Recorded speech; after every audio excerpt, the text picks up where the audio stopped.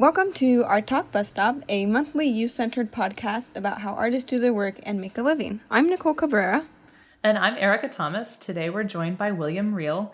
William works with other people's art and makes art, and he has a strong desire to one day visit outer space. Thanks for having me. Thanks for being here. Well, given that, William, do you want to tell us a little bit more about what you do for work and how you got into that line of work? Sure. Yeah, I moved to Portland about 20 years ago, and my intention was to kind of work on houses because I'd never done that stuff before. I'd come through this part of the country at 2000, and I was like, saw Victorian houses. I thought, oh, that'd be awesome to go work on a Victorian house. And I ended up doing that, but that kind of work got me into the art museum, working there as a temporary preparator when they opened up their new art wing. And from that, it was just kind of word of mouth, moving around to eventually working for RAC, Regional Arts and Culture Council, for 12 years.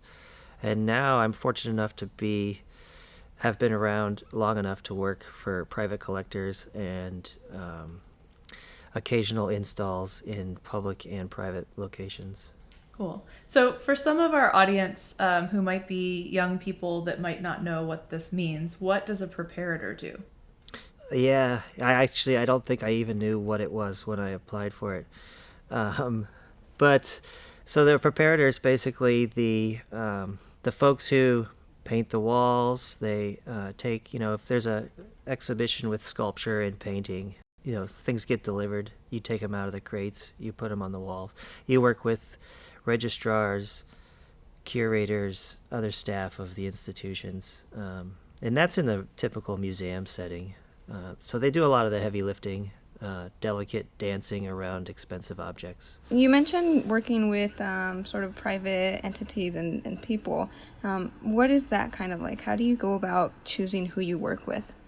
A lot of times, in the beginning, it was like, I'll say yes to every job because it's like, as a freelance person, you're not really sure when the next one's going to come down the pipe.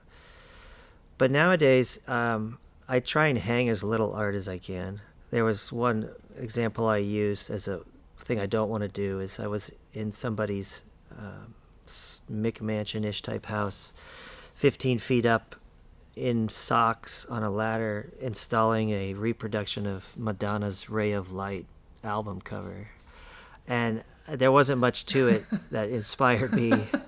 And I was putting myself at risk, lifting a heavy object on a ladder in a place I was just going to be for a couple hours. So I try and, there's a lot of good people in the system that when someone's like, hey, this is a really cool person to work with, you should connect with them. And there's a lot of times where private collectors have really interesting collections. And so some personal interests play out there as well. So sometimes you're choosing because the art that's owned in the collection is interesting to you.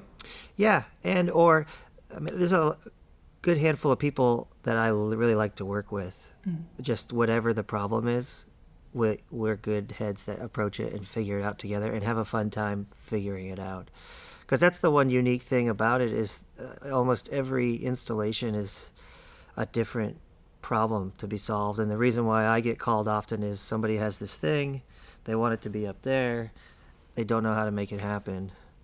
And either I or through a network of people, we make it happen.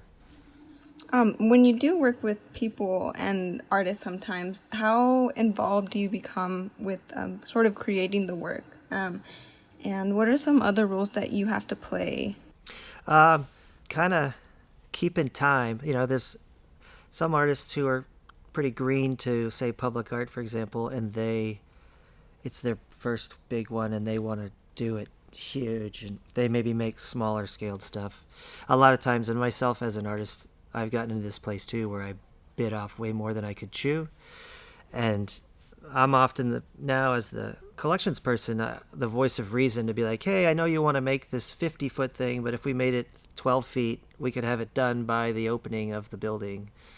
And it's going to cost you this much, and you'll be actually able to pay yourself. Because a lot of artists, when they do public projects, they don't consider paying themselves. They just put all the money into the project. We all feel it's really important that you pay yourself for what you're doing. Mm-hmm, yeah. Erica, I think you had a question about public spaces and Well, Nicole and I were talking about a lot of the things that you've done in the past, like the night lights installations for RAC. Oh, yeah. And so it looks like a lot of your work has centered around sharing art with the public. What was interesting or important to you about working with art in public spaces? Well, you get to interact with the public. I mean, that part, for better or worse, is pretty interesting. Because a lot of those sculptures you can't, pick up and move to a warehouse and work on it. You've got to do it out there in the public. And a lot of people have opinions about public art. So it was really curious because a lot of people I've worked with who do the cleanings and maintenance on sculptures, we've all been approached and people assume that we're the artist who made that piece of art. And so they just started giving us a bunch of opinions. But it kind of proves itself like worth the public art because right away you get into this conversation with these people about the art, but it just starts to spin off into kind of more interesting, more personal experiences that I found that to be pretty rewarding. And when I was working for RAC, there's a two-dimensional collection that cycles through all of the city and county buildings, and it was my job to kind of curate it and then install it in everything from the Juvenile Justice Center to the courthouse to the mayor's office to, you name it, health clinics. And that was a really rewarding part of that job because I got access to pretty much every aspect of a city through art. That was a pretty unique position to be in.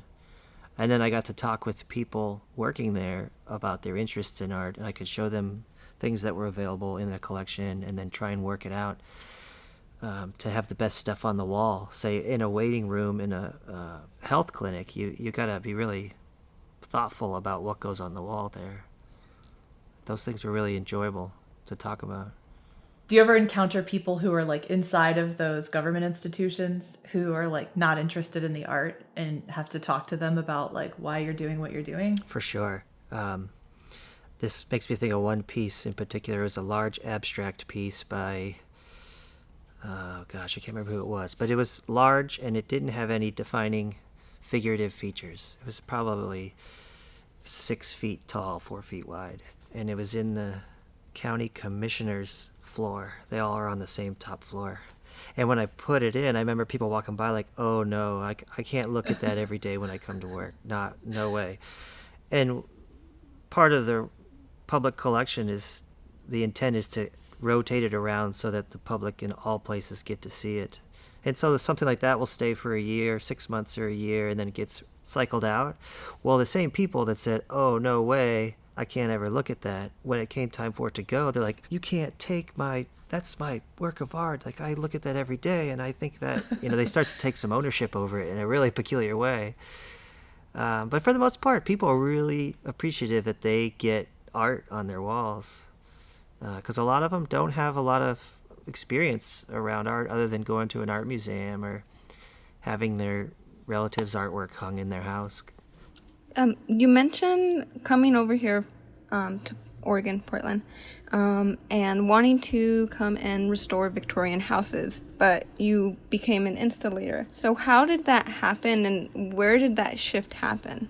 Well, I was always an artist. I went to college in New York for an art degree, and I was working in New York behind a desk, calling people to do all kinds of things, helping produce photo shoots. And I wanted to know how to do it myself, like we had a shoot where we were having a wallpaper person come in, install wallpaper, or build a whole fake set. And I was like, I'd really love to know how to do that stuff. And I wanted to get out of New York, so I moved to Portland kind of on a whim. And it was a slow transition because at that time there wasn't a lot of opportunities that I knew for creative jobs. And that was just my lack of access to it. I started working for this place called Hollywood Lights, which is a theater and trade show lighting company, and that was actually an interesting, hard job with, weird hours installing lights for concerts and auto shows and stuff like that. And then somebody I worked with said, hey, the museum's hiring a few people. What do you think? And I was like, yeah, I definitely want to give that a shot. The best part about the art world installation stuff is, like I said before, it's always changing. The parameters are always moving. People are always making stuff out of materials and in ways that are so different from what's been in the past. Was there anything special that drew you to Portland? Because I often notice that people that come from out of state into Oregon are often like, well, I've heard about Portland. Was that something that you kept in mind, or were you just like, okay, Oregon, Portland, let's go? I actually thought Eugene was going to be where I was going to land. The person I was with at the time, we moved out. We spent 6 days there.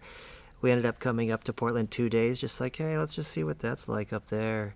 And then we jumped ship and moved to Portland, and I think a week later had a house. And it was right after 9/11, so we had a little money saved with the intent to move. And it was a great time to live in Portland because it was pretty inexpensive. A lot of places were available. We actually had a house with a yard, which was so different from what we were used to in New York. And it was just, for me, it was a necessary move to something more natural. And once we started going out from the city, we realized, like, oh yeah, I see why people live here. Yeah.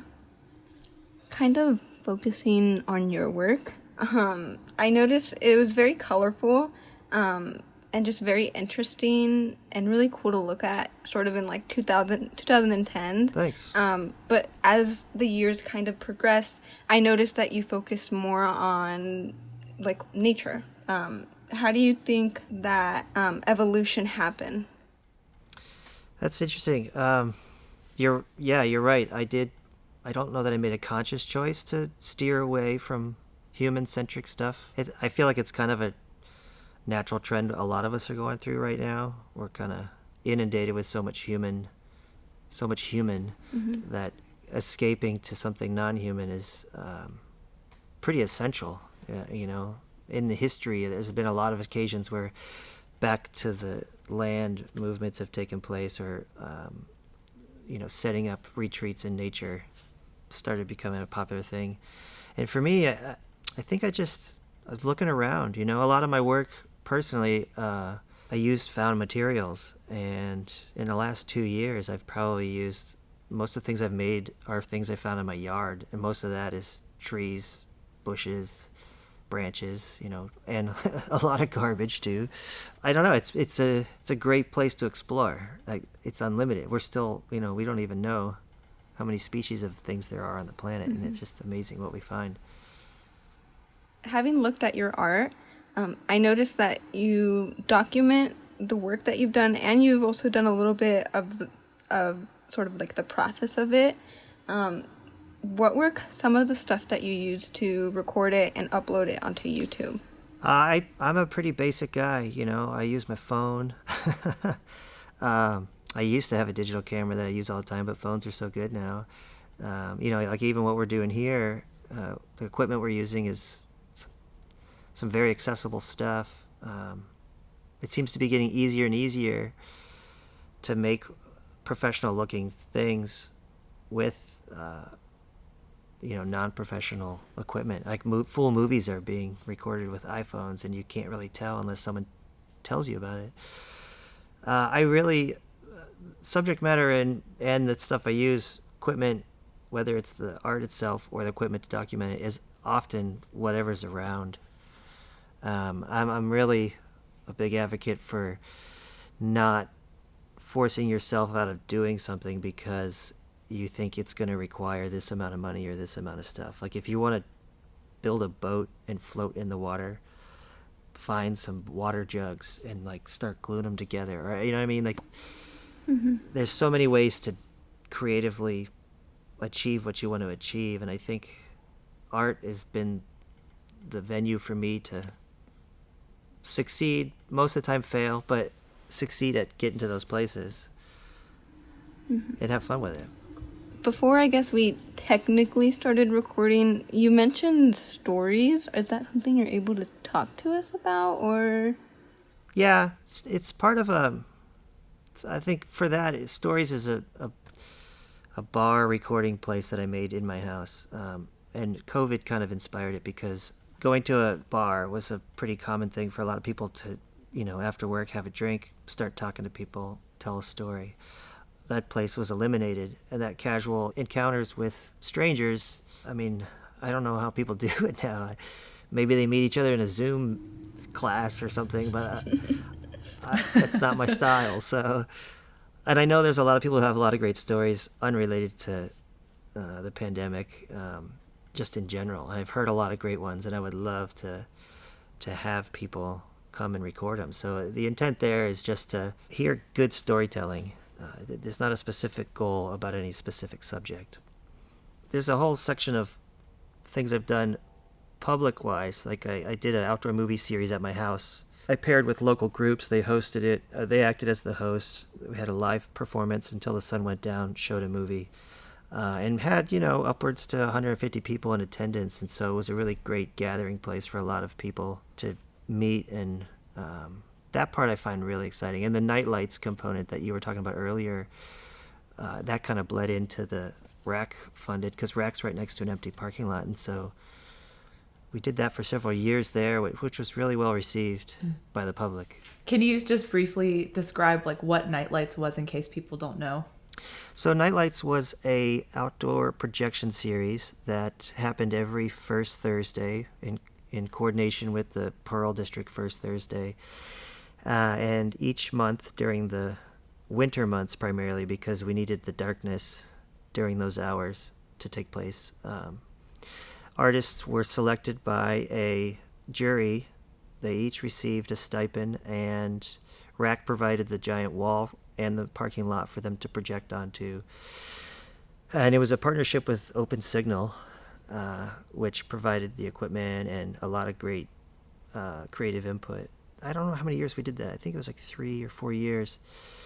And a lot of artists who are video-based artists who would love a venue to that scale, because it's like a 3-story building that they were able to fill the whole building with.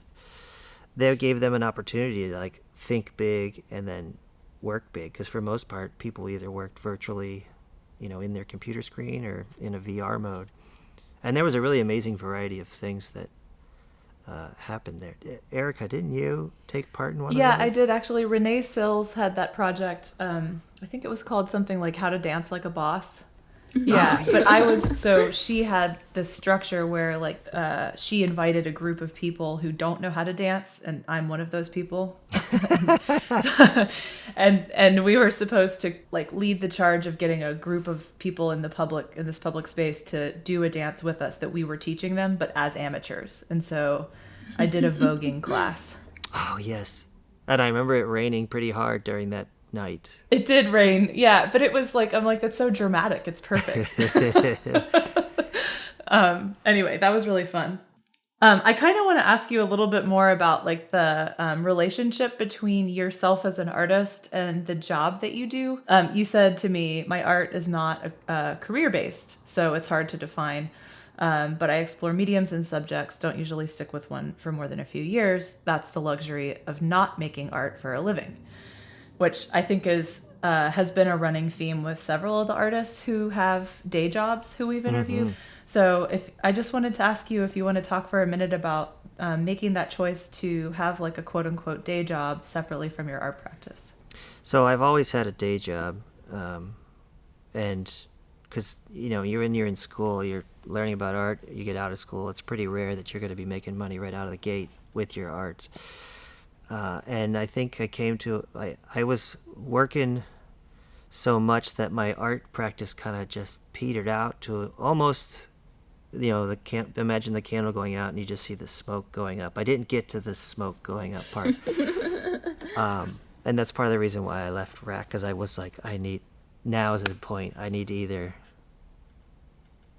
eliminate it and go into arts management, or I need to continue the flame. And art's something that I'll always make my entire life. And I think at that point, I wasn't switching gears to try and make a living as an artist. I was just switching gears to accept that making art is going to always be there. And accepting that I'll have a day job and choosing to have ones that inspire the art that I make has been a luxury to be able to do this choosing. I think I kind of drifted away from your question, but I really do value the ability to work on some paintings and then be tired of that and totally throw them in the corner and go over here and start carving out a lino cut or something, or mow my grass in a really bizarre way and consider that as part of my art practice. Like I don't have the confines of having to explain it continuously. And so it's become a little challenging to even describe it to myself. I just kind of leave it as I don't need to define it to myself. And I hope that's not a cop out. No, I mean, I think what you're talking about is interesting because, you know, if you're assigning monetary value to the art projects you make or the pieces that you make, it does necessarily change how you have to go about making the work if it's a business. So like, I think those are kind of, generally speaking, the two tracks. It's like you either have to make, you know, you are a business owner and your art practice is your business, or you have another kind of business or way to make money or a job, and then you do whatever you want for your creative practice as like untethered from money. I've tried both things, and they both have pros and cons. So Yeah. Yeah. When I first moved here, I was selling art on the street at Last Thursday and First Thursdays. First Thursday was new to me, and I would bring these things that I made, whatever it was, and I would sell them. And it was great because I would try and trade with people and other artists, and they weren't interested in my work. And it was kind of comical because I would sell all my stuff. I'd be like, okay, I'll buy your art now because you still have it there, and I sold all my stuff. But there was a point where I was like, oh, I know what I'll be able to sell. I'm going to make small paintings of fruit, and I'm just going to sell those, and it's going to be awesome. And it was the only time that I was like, I'm going to make this, and it's going to sell. I didn't sell one single piece of fruit at all. And I had just thrown them all away, and it was like, okay, you went at it the wrong way. Like the thing that made the art something for me was totally gone, and I was just making paintings of fruit. You know, there was no heart in it. And that was definitely a good lesson learned to, like, if you're going to do it for real. You created this piece. It was one of my favorite ones that I saw of yours, which was called Lucy in the Sky with Diamonds. Oh, yeah. I thought it was really cool, and I'm just curious, could you tell us sort of like what the mechanics and how you had to go about making it in order to make it move? But first of all, actually, can you tell us like what it is for the people who may not have seen it? Yeah, so there was a point, I think that was like 2007, 2009. There was like a downtown initiative to activate some empty storefronts, which is all over the country. There's great programs that utilize that venue. And if you're an artist and you are looking for a place to show installation stuff, find an empty storefront, find out who owns it, and just ask questions. And so in this particular case, it was like this domed stairwell that went underground right on Taylor, and I don't remember the cross street was, but Director Park is right around the corner from there now. And I was like, this is such a cool little spot. Somebody should be doing some art in here. And what I ended up designing was this thing that hung from the top, and it had about, I think, 30 or 60, I don't remember how many there were, pieces of paper that I cut in different, I don't know what they look like, gears, kind of. I don't know what you think they looked like. There's like confetti that was still glued together or something. And I had put motors interspersed at the top so that when somebody walked by, it triggered an activated light sensor, and the motor started turning, and then all the paper started turning, and it kind of was this like shake of color. And the inspiration for that was the tourism factor of people walking around there, seeing something that was like, whoa, what is this? Started moving. But then there's also a lot of folks on the street who, at odd hours of the day, that I also thought could enjoy the experience as well. And I would go and visit it, and it totally, I saw people taking selfies in front of it. And then at some other occasion, I saw two guys just sitting back like, whoa, like totally enamored. I wanted to make something that could relate to the whole spectrum. Is that why you called it Lucy in the Sky with Diamonds? Yeah, I can't remember exactly why. I try not to get too conceptual with the titles and ideas. People end up calling me on it if I get if I get trying too hard, you know. I want to relate to as many people as I can with the stuff I make, because working in the public realm, I really see the value in that. And I hate putting people out because they don't understand what they're looking at. Do you have like a favorite piece that you've made? Like, what is the one that you're just the most proud of? Huh. I thought you would ask me that question, and I didn't really think about the answer. No, I don't have a favorite. There's one installation I did that was called Lifeboat, that was like 30 paper mache submarine style lifeboats that I hung from a space that I really enjoyed making those. I probably had like 10 or 12 people help me create that whole project. Took 3 to 4 months to make. That one execute, like my concept to final execution was probably the most connected. But the best part about any of those projects is the people I'm working with. And, you know, everybody volunteered because they didn't have any money to pay people, but people still came back the next day to like, hey, I'm ready to make some more. And I have some ideas on how they could be better. And I'm just like, this is wonderful, you know? Getting collaborators is definitely the best part about making art for me at this point. So, Nicole, are you going to school for art?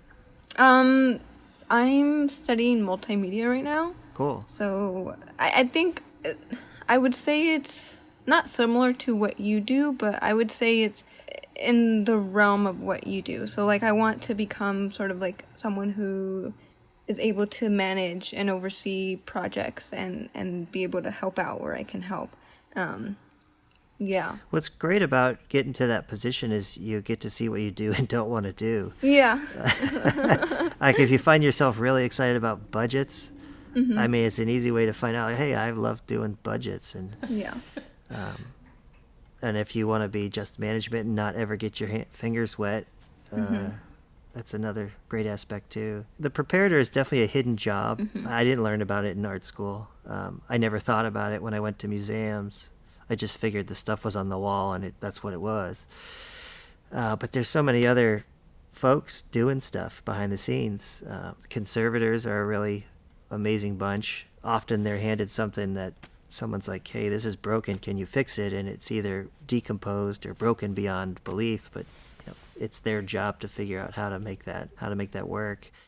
What advice do you have for just young people in the art world that you would give to them, whether as an artist or as someone who wants to like help them maybe think about a different path in the art world?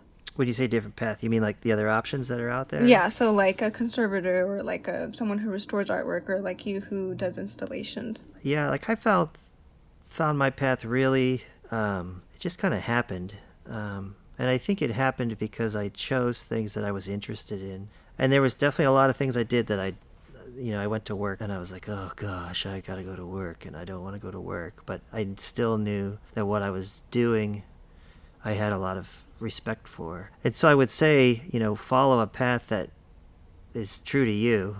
Because a lot of people that don't, like say your family members who don't really, they want you to be a doctor, a lawyer, or engineer or something that they can grab onto if they don't have a lot of knowledge around art. As an artist, you're going to have to do a lot of explaining to people who will probably start to glaze over when you start talking. Like they're like, oh, I don't understand, so I'm just going to not, oh, cool, I'm glad I asked, but they don't really listen to your answer. You know what I'm saying? Having a thick enough skin to be able to not be understood, I think, is an important component. And being okay with it, because a lot of times people stop making stuff that's interesting and they don't see it all the way through because somebody somewhere along the line told them that's not worth doing. And you hear so many times successful people say, I did this. People try to knock me down all the time. Don't listen to them. Keep doing what you're doing. Well, thanks, William. I know you're doing this on your lunch break, and we approach 2:00. So I really... Oh, right on. I thank you very much for taking your lunch break to talk with us. Yeah. Thank you so much. I'm glad you're doing this show. And Nicole, I hope you and other folks continue on with it. It's awesome. Thank you for being on here.